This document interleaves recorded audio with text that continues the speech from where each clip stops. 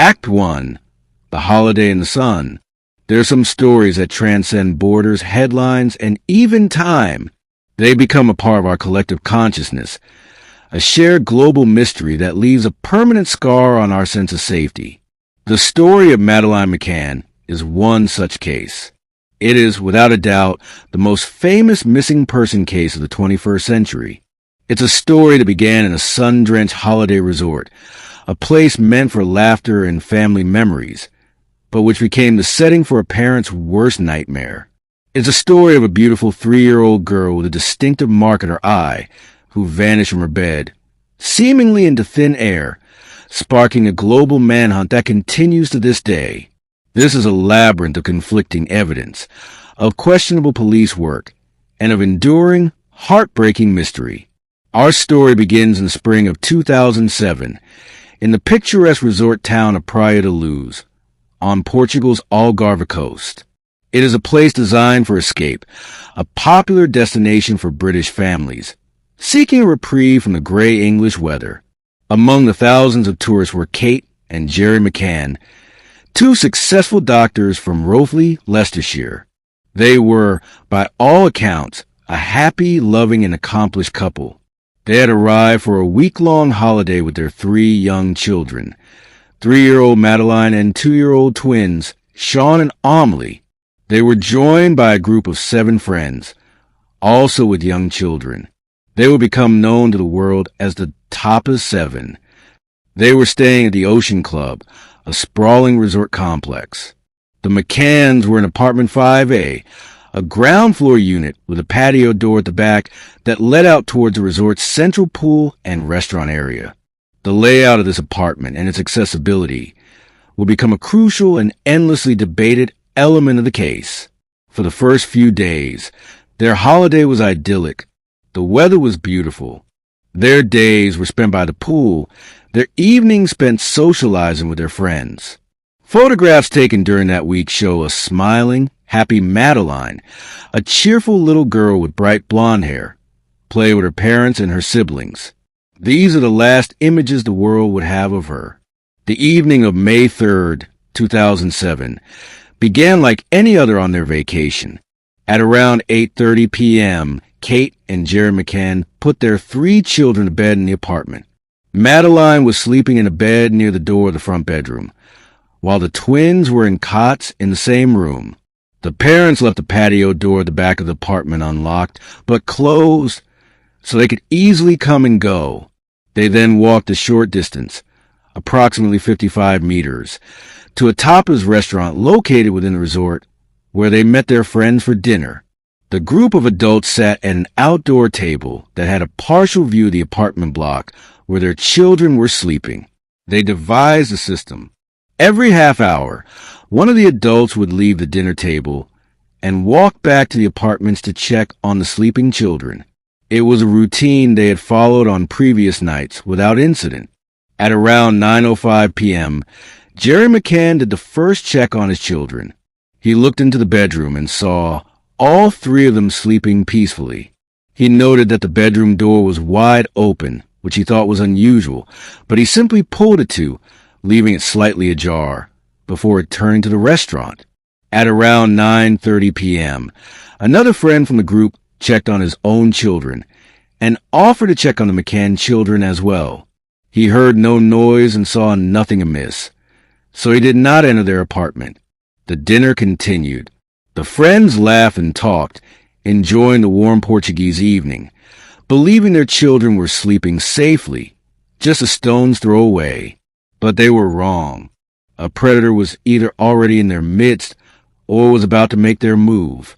At 10 p.m., it was Kate McCann's turn to do the check. She left the restaurant and walked the familiar path back to apartment 5A. As she entered, she immediately felt that something was wrong. The air was still. She went to the children's bedroom. The twins, Sean and Amelie, were still sleeping soundly in their cots. But Madeleine's bed was empty. The window, which they had left closed, was now open and the shutters were raised. A cold draft was blowing into the room. In that single, heart-stopping moment, A perfect holiday turned into a living hell. Kate McCann ran from the room, screaming, "Madeleine's gone. Someone's taken her." The nightmare had begun. Act 2. The chaos of the first 24 hours.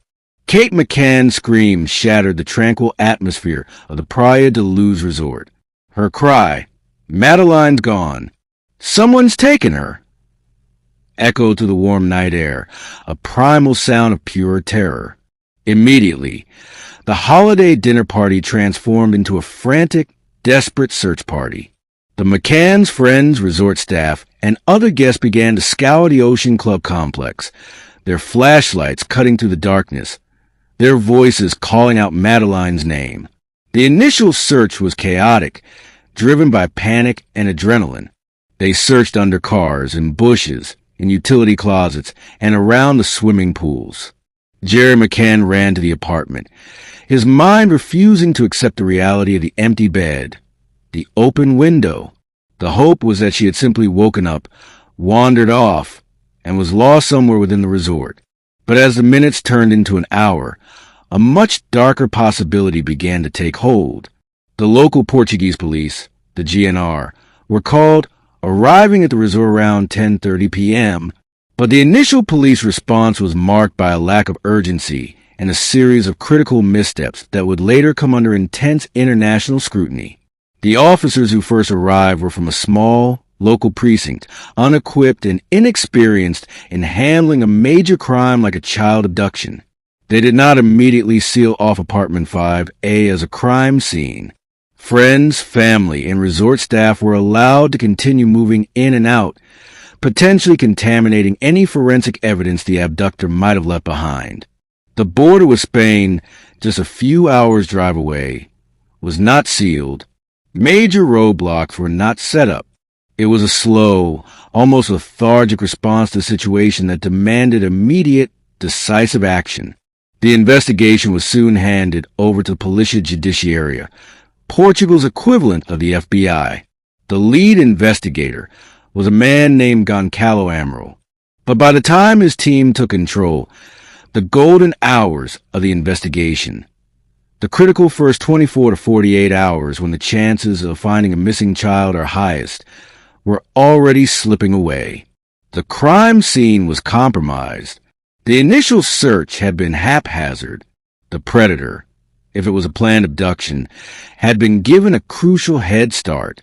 As the sun rose on May 4th, the news began to spread, first locally, then nationally, and then, with breathtaking speed, internationally. The story of a beautiful 3-year-old British girl, snatched from her bed in a sun-drenched holiday paradise, was a story that resonated with parents everywhere. The British media descended upon Praia de Luz in force, turning the small resort town into the epicenter of a global media storm. The McCanns, Kate and Jerry, two doctors suddenly thrust into the world's harshest spotlight, were no longer just grieving parents. They were the central characters in a 24/7 news cycle. They made a series of heart-wrenching public appeals, their faces etched with pain and desperation, begging for the safe return of their daughter. A photograph of Madeleine, a beautiful, smiling image from the holiday, was released to the world. Her face, and in particular, the distinctive dark mark or coloboma in her right eye, became instantly recognizable across the globe. Amidst the chaos of the search and the glare of the media, the first potential clues and eyewitness sightings began to emerge. The most significant of these came to be known as the Tanner Man sighting. A friend of the McCanns, Jane Tanner, who was part of the Top of the Seven group, told police that around 9:15 p.m. on the night of the disappearance, while walking back to her own apartment, she had seen a man carrying a child walking away from the direction of the McCann's apartment. The child was wrapped in a blanket, wearing pink pajamas, the same kind Madeleine was wearing. She described the man as being around 5 feet 7 inches with dark hair.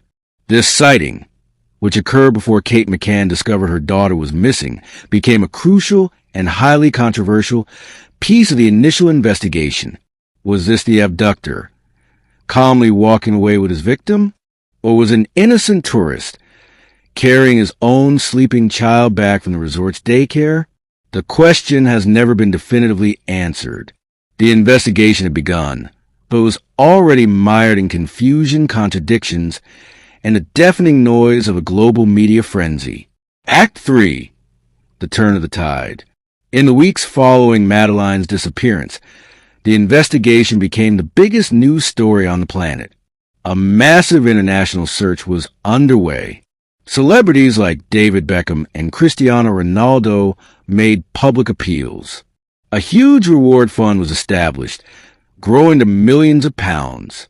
The McCanns, in their desperation, hired their own private investigators and launched a relentless media campaign to keep their daughter's face in the public eye. They met with the Pope. They traveled across Europe and America, their every move documented by a ravenous press. They were, for a time, seen as the ultimate victims, a grieving family caught in an unimaginable nightmare. But then, slowly but surely, the tide began to turn. The Portuguese police, under intense pressure to solve the case and frustrated by a lack of progress, began to explore a new and deeply shocking line of inquiry. Their focus began to shift away from a mysterious abductor and towards the very people at the heart of the case. Kate and Jerry McCann, their friends, the top of 7. The investigators started to pick apart their statements, looking for inconsistencies. Why had they left their children alone? Why was the back patio door unlocked? Why did their account of the evening sometimes differ on minor details? The initial sympathy from the Portuguese police began to curdle into suspicion. This suspicion crystallized around a series of key and highly controversial pieces of forensic evidence. The police brought in 2 highly specialized sniffer dogs from the UK. One was a cadaver dog, trained to detect the scent of human decomposition, and the other was a blood dog, trained to detect human blood, even in tiny, cleaned-up amounts. The dogs gave a series of alerts that would change the course of the investigation forever. The cadaver dog alerted in several locations. In the back of a silver Renault Scenic car that the McCanns had rented 25 days after Madeleine disappeared, in the closet of the master bedroom in apartment 5A, and behind the sofa in the living room. The blood dog also alerted in the trunk of the rental car. For the Portuguese police, this was a bombshell. The dog alert suggested that a dead body had been in the apartment and had later been transported in the trunk of the McCann's rental car. The narrative began to shift from an abduction to a cover-up. The police developed a new theory that Madeleine had died accidentally in the apartment, perhaps from fall or an accidental overdose of sedatives meant to help her sleep. The parents, both doctors, then panicked, hid her body, and staged an elaborate abduction hoax to cover up the death. According to this theory, they had kept their daughter's body for weeks before disposing of it, using the rental car in the process. The evidence was sensational, but it was also deeply problematic. Sniffer dog evidence is notoriously unreliable and is often not admissible in court. The DNA evidence from the rental car was even more contentious. A British lab, the Forensic Science Service, conducted highly advanced tests on samples from the car. They found a complex, partial DNA profile that they concluded had a number of matches to Madeleine's DNA. However, the sample was so small, what is known as a low copy number sample, that the lab themselves stated the results were too complex for meaningful interpretation and inconclusive. But for the Portuguese police, it was enough. In September 2007, 4 months after their daughter had vanished, Kate and Jerry McCann were officially named as arguidos, or formal suspects, in the case. The news was a global sensation. The grieving parents were now the accused. They were subjected to hours of intense interrogation by the Portuguese police. The media frenzy reached a fever pitch, with tabloids in both Portugal and the UK publishing lurid, speculative stories that painted the McCanns as guilty. They were vilified, their every action dissected and criticized. They fled Portugal and returned to UK, their names and reputations in tatters. The hunt for Madeleine's abductor had stopped. The hunt for evidence against her parents had begun. Act 4, the long silence and a new suspect. In July 2008, more than a year after naming the McCanns as formal suspects, the Portuguese police, facing a storm of international criticism and a complete lack of any direct evidence, made a decisive move. They shelved the case. The investigation was officially closed. Kate and Jerry McCann had their arguido status lifted, clearing them of any official suspicion, but the damage to their reputation was already done. The case entered a state of limbo. There was no active police investigation in Portugal, but for the McCanns, the search for their daughter would never end. They continued their own private investigation, hiring a team of former police detectives. They kept the case alive in the media, marking every anniversary of Madeleine's disappearance with a fresh appeal for information. Their dedication was relentless, a testament to a parent's unending love and hope. Their public campaign eventually put immense pressure on the British government. In 2011, at the request of the then Prime Minister David Cameron, London's Metropolitan Police, also known as Scotland Yard, launched their own review of the case, codenamed Operation Grange. Operation Grange was a massive undertaking. A team of dedicated detectives re-examined every single piece of evidence from the Portuguese investigation, a file that contained more than 100,000 pages. They re-interviewed witnesses, explored new forensic possibilities, and pieced together a new, detailed timeline of the events of May 3rd, 2007. They officially discounted the theory of the McCanns' involvement, concluding that the forensic evidence, the dog alerts and the DNA, was not strong enough to be considered reliable. They also re-examined the Tanner man's sighting and, after extensive analysis, concluded that the man Jane Tanner saw was likely an innocent British tourist, carrying his own child home from the resort's night creche. They were back to square one, a mysterious abduction by an unknown predator. For years, Operation Grange meticulously followed up on thousands of leads, identified hundreds of persons of interest, but failed to make a definitive breakthrough. The case seemed destined to remain a frustrating, heartbreaking cold case. Then, in June of 2020, 13 years after Madeleine had vanished, came the most significant development in the case in over a decade. German police, in a dramatic press conference, announced that they had identified a new prime suspect in the murder of Madeleine McCann. His name was Christian Bruckner, a German national, a career criminal, and a convicted sex offender who had been living in the Algarve region of Portugal at the time of Madeleine's disappearance. The case against Bruckner was circumstantial, but deeply compelling. He was a drifter who lived in a camper van and committed burglaries in the holiday resorts, including Praia de Luz. He had an extensive and disturbing criminal history, including multiple convictions for sexual abuse of children. Most damningly, cell phone records place him in the immediate vicinity of the Ocean Club Resort on the night Madeleine vanished. A crucial phone call was made from his phone at 7:32 p.m. that evening, and the call pinged a cell tower that covered the resort. The call ended at 8:02 p.m., just half an hour before McCann's left for the Tapas restaurant. The police believe that Bruckner may have been robbing apartment 5A when he was surprised to find the children sleeping inside, and that the burglary then escalated into an opportunistic abduction. German prosecutors have stated that they have evidence that leads them to believe Madeleine McCann is dead, and that Christian Bruckner is their lead suspect. They have conducted extensive searches of properties and wells in both Portugal and Germany connected to Bruckner, looking for any trace of Madeleine or for any trophy he might have kept. Bruckner is currently in a German prison on an unrelated rape conviction. He has denied any involvement in the McCann case. As of now, he has not been officially charged with her murder, as prosecutors continue to build their case. But for the first time in over a decade, there is a clear, primary suspect, a face of the phantom that has haunted the case for so long. Act 5, an enduring mystery, an unending hope. The case of Madeleine McCann is more than just an unsolved crime. It has become a global cultural phenomenon. For over 15 years, her face has been one of the most recognizable in the world. The story has been the subject of countless documentaries, books, podcasts, and even a major Netflix series. It has become a modern-day myth, a cautionary tale for parents everywhere, a story that taps into our deepest, most primal fears about the safety of our children. The intense and often intrusive media coverage has been a double-edged sword.